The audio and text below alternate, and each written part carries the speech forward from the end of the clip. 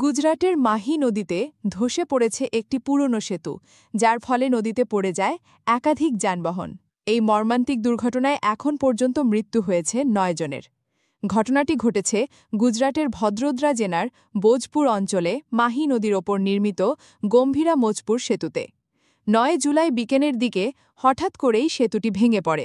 স্থানীয় সূত্রে জানা গেছে, সেতুটি অনেক দিন ধরেই জরাজীর্ণ অবস্থায় ছিল। দীর্ঘদিন ধরে এই সেতু সংস্কারের জন্য অনুরোধ জানানো হলেও কোনো কার্যকর ব্যবস্থা গ্রহণ করা হয়নি। ধসে পড়ার সময় ২টি ট্রাক, একটি পিকআপ ভ্যান এবং একটি এসইউভি গাড়ি সেতুর ওপর ছিল, যেগুলো সরাসরি নদীতে পড়ে যায়। দুর্ঘটনার পরপরই উদ্ধার কাজে নামে দমকল বাহিনী, স্থানীয় প্রশাসন এবং দুর্যোগ মোকাবেলার বিশেষ দল। নদী থেকে যানবাহন এবং যাত্রীদের উদ্ধারে দ্রুত কাজ শুরু করা হয়। আহতদের কাছের হাসপাতালে নেওয়া হয়েছে এবং নিহতদের পরিবারকে সহায়তা দেওয়ার ব্যবস্থা গ্রহণ করা হয়েছে। গুজরাটের স্বাস্থ্যমন্ত্রী জানিয়েছেন, এই সেতুটি একবার মেরামত করা হলেও তা যথেষ্ট ছিল না। মুখ্যমন্ত্রী ইতিমধ্যে ২১২ কোটি রুপি বরাদ্দ দিয়ে নতুন সেতু নির্মাণের ঘোষণা দিয়েছেন। সেই সাথে রাজ্য সরকার একটি পূর্ণাঙ্গ তদন্ত কমিটি গঠন করেছে এবং বোদ্দার অংশের যান চলাচল সাময়িকভাবে বন্ধ করে দেওয়া হয়েছে।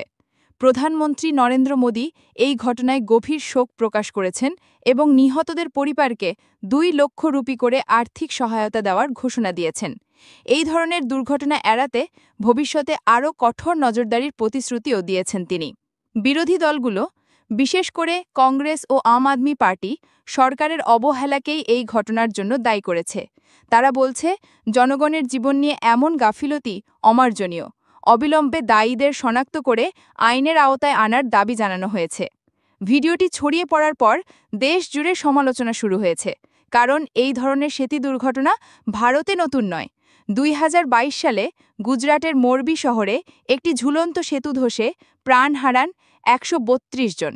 বারবার এমন ঘটনা ঘটলেও বাস্তব পরিবর্তন যেন এখনও অধরাই থেকে গেছে। প্রিয় দর্শক, এই ছিল আজকের বাংলা 24 চ্যানেলের সর্বশেষ নিউজ। নিয়মিত নিউজ আপডেট দেখার জন্য বাংলা 24 চ্যানেলটি সাবস্ক্রাইব করতে ভুলবেন না। দেখা হচ্ছে খুব শীঘ্রই নতুন আরেকটি ভিডিওর সাথে থাকার জন্য ধন্যবাদ।